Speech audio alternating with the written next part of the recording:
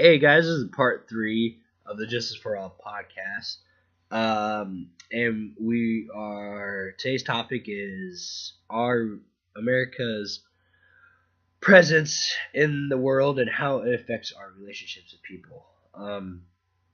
So we were just talking about the trade war we have with China right now. So Gage, was there something you wanted to add to what I was saying? Yeah.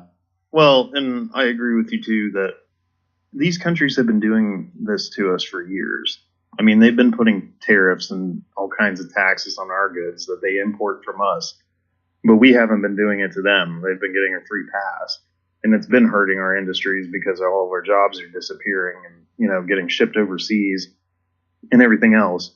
And I don't understand the whole viewpoint that like the left has of, oh, well, these are unskilled jobs and who cares about this and blah, blah, blah. It's like they're still jobs. They're good paying jobs. And not everybody's cut out to go to college or, tech school or the military or whatever else. And it's like you need jobs for those people. You see now crime is running rampant all over the country, and it has been for years. And it's because people don't have jobs anymore. They're sitting there selling drugs to try and feed their families. They're robbing places, they're, all kinds of stuff. And it's been increasing because people just can't find jobs anymore. And they're slowly starting to come back, it looks like, because the underemployment rate is ticking down along with the unemployment rate. We're at the full employment rate right now, according to economists, I think at around 4% unemployment. Yeah. But the big measure as well is the underemployment rate. Because just because a person has a job doesn't mean they can't live, or doesn't mean they can live. If you have a McDonald's job or, something similar paying $8 an hour, you still can't afford to live in most places. And it's like, yes, you're employed, but you don't have a good life. Like, you're not able to afford a house. You're not able to support your family. A lot of people have to work 3 jobs or more even just to scrape by. And, and a lot of people end up resorting to, criminal activity because of it. And it's like, honestly, and with the way the laws are in the country, as soon as you get caught with something, your life is basically over. Like, especially if you get caught with a robbery or something that you did whenever you're 18 or something, or selling drugs or something like that. Like, it makes it almost impossible to get a job after that. And so a lot of these people just get sucked into a life of crime because it's like they get out of jail and it's like, oh, well, I can't do anything else with my life, so I might as well, commit more crimes because I can't do anything. Yeah. Oh, wow. Yeah, you're right. The thing is, too, there's just a lot of things that need to be fixed, as we always mention. But really what I took away from that is you're saying that drugs should be legal. I'm kidding. No, I'm not. No, but I'm just kidding. But no, you're right. We do have these kind of problems. I think this would be a good transition to, we can talk about how, and we have kind of a presence. I would say the border, Mexico. We'll call it Mexico, sure. With them right now. Do you want to talk a little bit? First of all, before I move on, like I always seem to jump the gun. Did you have anything else you wanted to say? I think we pretty much agree on what's happening over with the trade war. And I think we see the problems and what we need to do to address them. Yeah. No, okay. We can. Yeah, sure. So what would you did you want to do like an introduction to the Mexico thing? I was just saying what we're talking about. Well, basically, Trump has ordered the National Guard to the border to secure it, basically, because there was a caravan of at least 5,000 people or more coming up through Central America saying that they're going to storm the border and get across.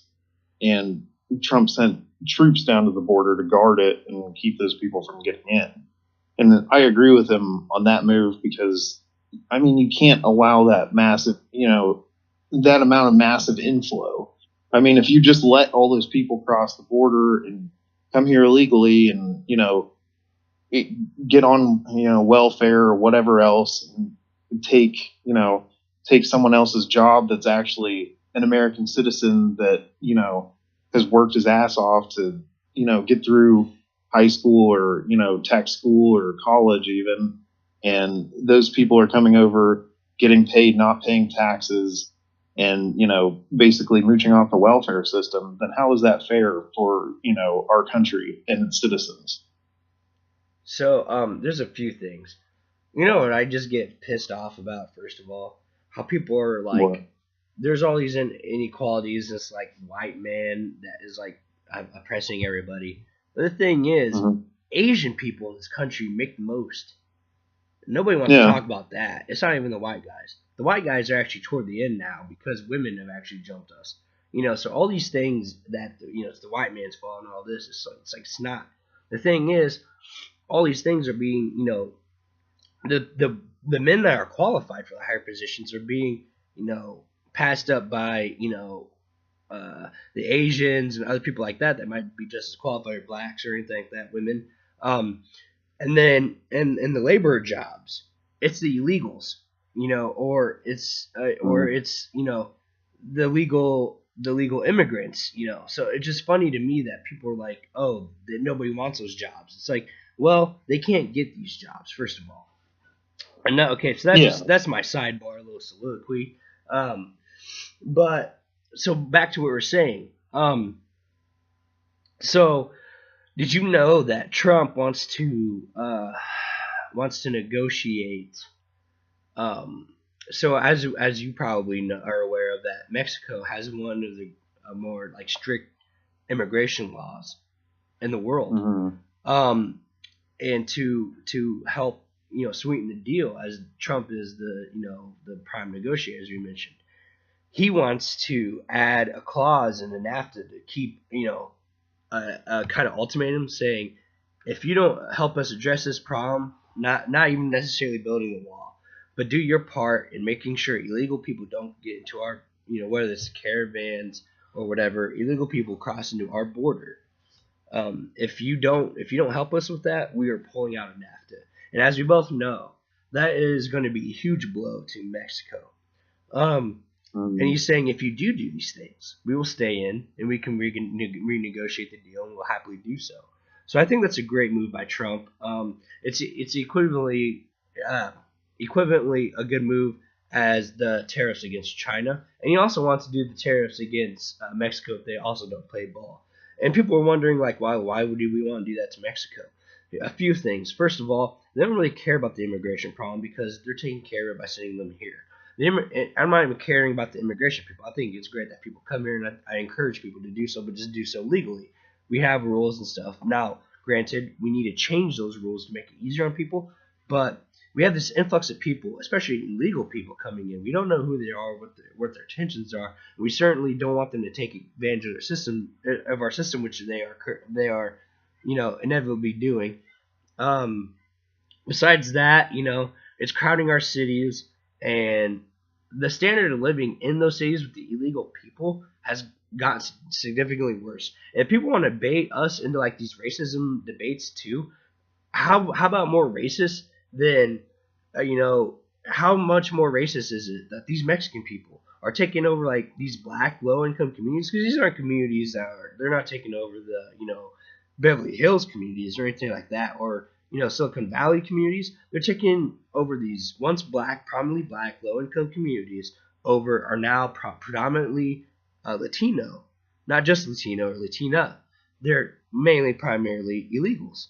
And the blacks are either being run out or they have to compete, and then you have all these game problems. So there's just like a domino effect of not just economics, but so between the socio-economic trends of Americans and illegal people, I think is not justifiable under any means. So and I think that in itself is racism, because it's like no one's talking about those things. They want to victimize all these people in this country, but nobody wants to solve any problems. Do you know what I mean? And the first step part of solving any problem is admitting you have one, and we're just not doing that.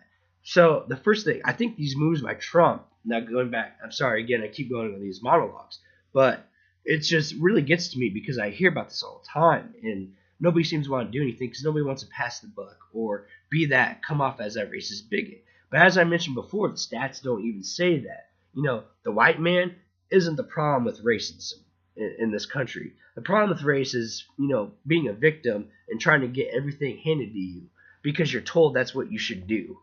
And I think really more the thing is, you should embrace who you are and try to solve your problems and realize that the system shouldn't try to keep you down, and that you're above that. You can do better than that, and that's what Trump is trying to do. It seems racist initially, maybe, but it's not. It's because these people tell you it is.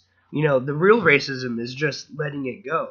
And I think, like, the black community especially, and nobody wants to talk. It's funny how we don't hear a lot of things in the black community. The only thing we hear about the black community is racism at Starbucks these days, right?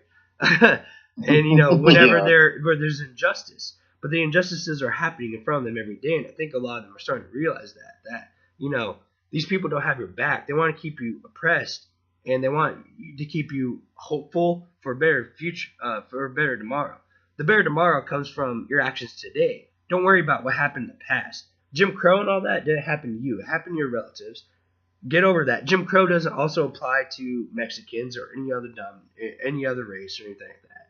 So instead of dwindling on your past and oppression of the then and being angry about it, they need to take steps in the future. I think they are, and they just don't have as much of a voice unless it's like some bad racism happens to them, like that Starbucks incident.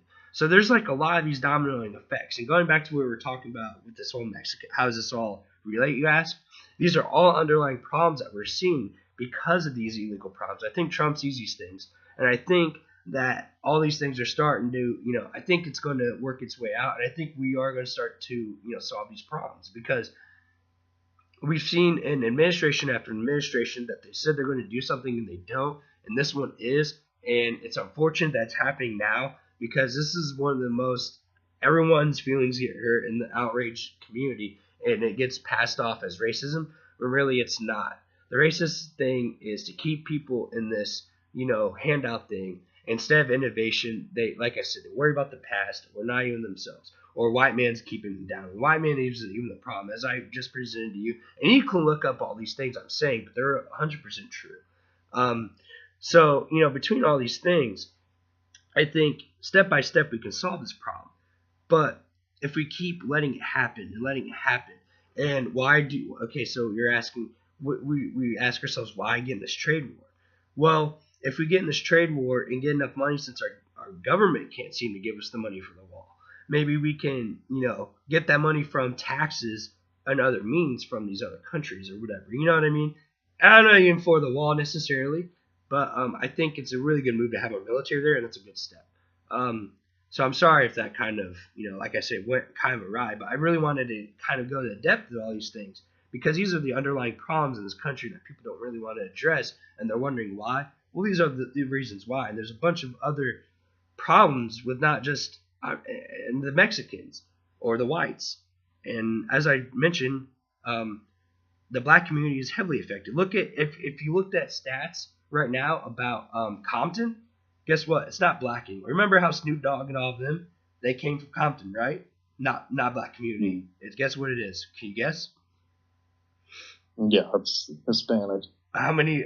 It's like, I think somewhere over like 87% Hispanic. You know what I mean? So it's like a significant amount, and this is what's happening in a lot of these low-income communities. So it's like we have to address these things. I really think. Okay, I'm sorry, I'll let you talk for a while. But those are just, like I said, I just wanted some PowerPoints, like to kind of lay this out for everybody in case they don't know, or they can research me on this, and then maybe contend with me. But I think you'd be satisfied to know that what I'm saying is actually true. Yeah. Well, and I agree with a lot of those points. And one thing that I'm tired of is everything being called racist anymore. Yeah. How is it racist to want people to come here legally? Mm-hmm. I don't care who comes here, as long as they can pass a legal, background check and they're not trying to harm our country. How is that racist to want that? Building a wall is not racist.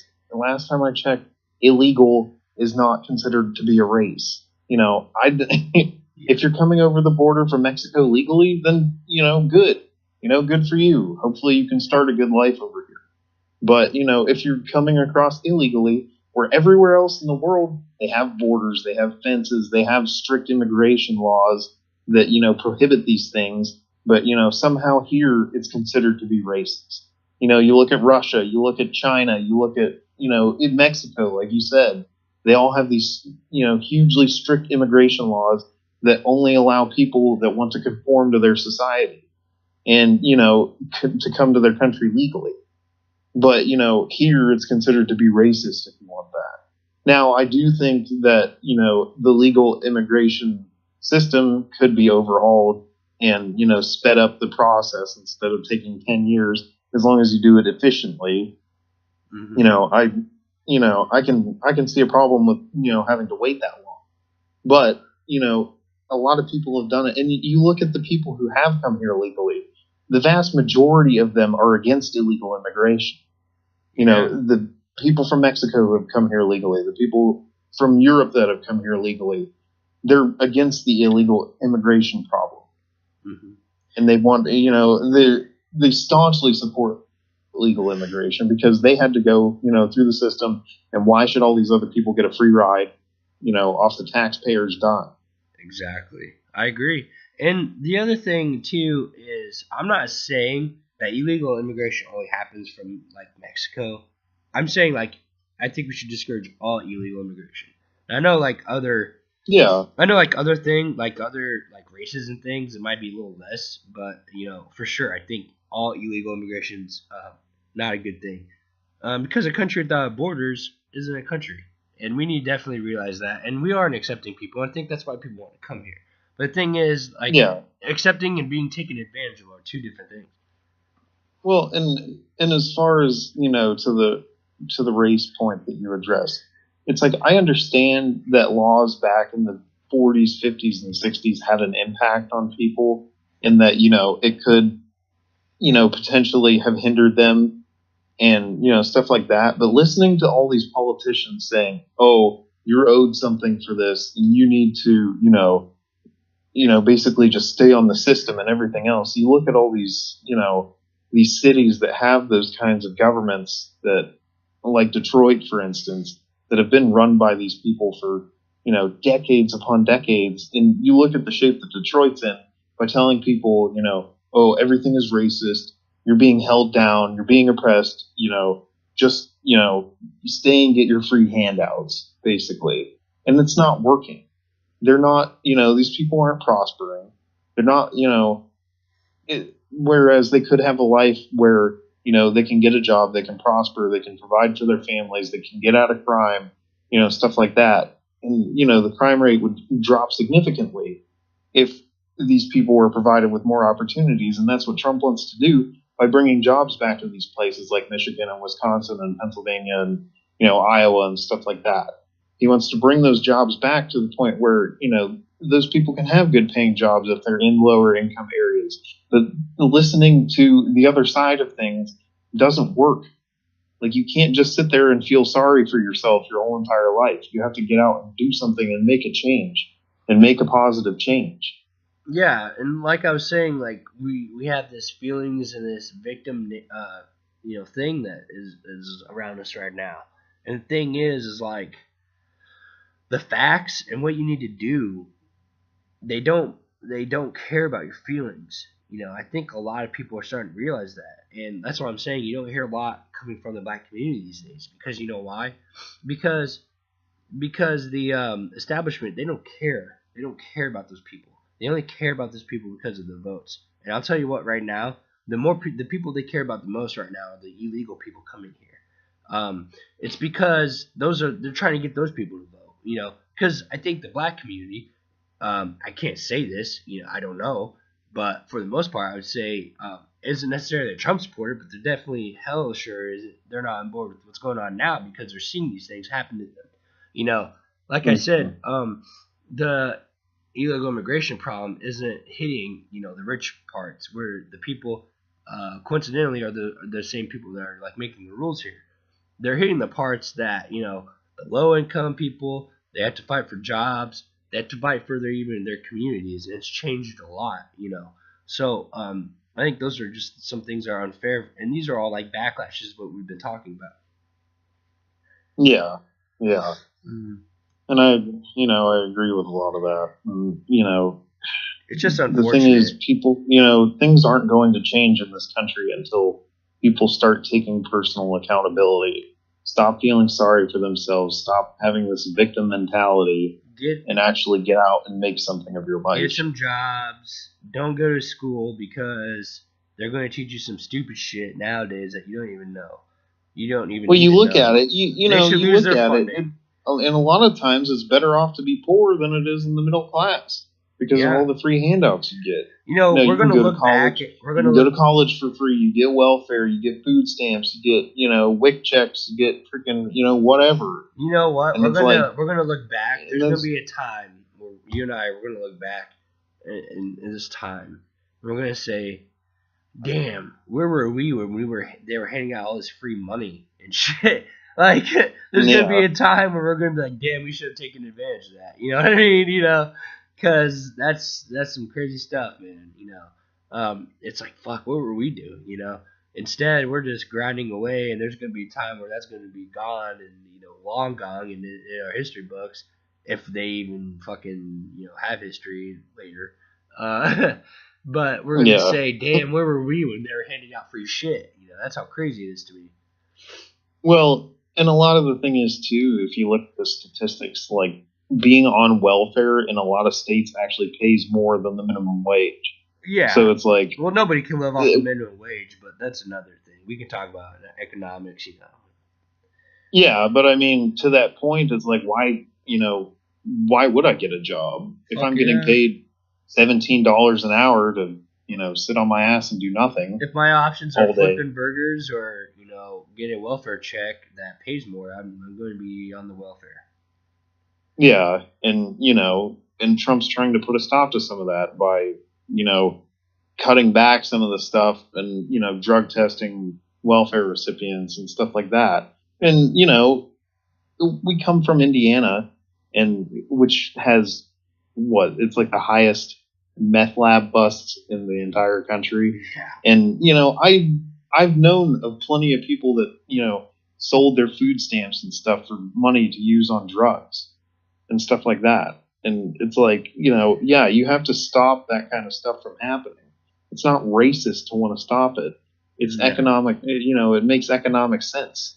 I think as long as we have jobs and we're able to provide, people can provide for themselves with those jobs, I think we should get rid of, I think you should definitely discourage welfare, anything to do with getting free stuff from the government. I think everybody should be able to live off what they make. Yeah, I agree with that too. I mean, obviously you're not going to live as comfortably, working one job over another. Yeah, but damn, you can do it. If not, sell drugs. I'm just kidding. But we're about at that time. So, is there any last thoughts, Gage? Well, I mean, I think we covered a lot of the, of the agenda that we wanted to cover today. Sure. I think we made a lot of good points on these, and we, basically agreed on almost everything. So. Yeah, I think this is a very productive thing, and I hope people will take some, points from this that we raised. So, okay, guys. Well, we appreciate you tuning in again for this episode of the Justice for All podcast. This edition was about our impact on, what our presence in the world, what that entails. I couldn't find my words. And I'm Randall Latta. I'm Gage Gilbert. All right, and we're actually, like I said, we're going to have another episode this week for you. I think we're going to film that tomorrow. Now it's going to be about abortion, so stay tuned and leave comments, all that good stuff, and thanks for the views. All right, guys, have a good one. Yep.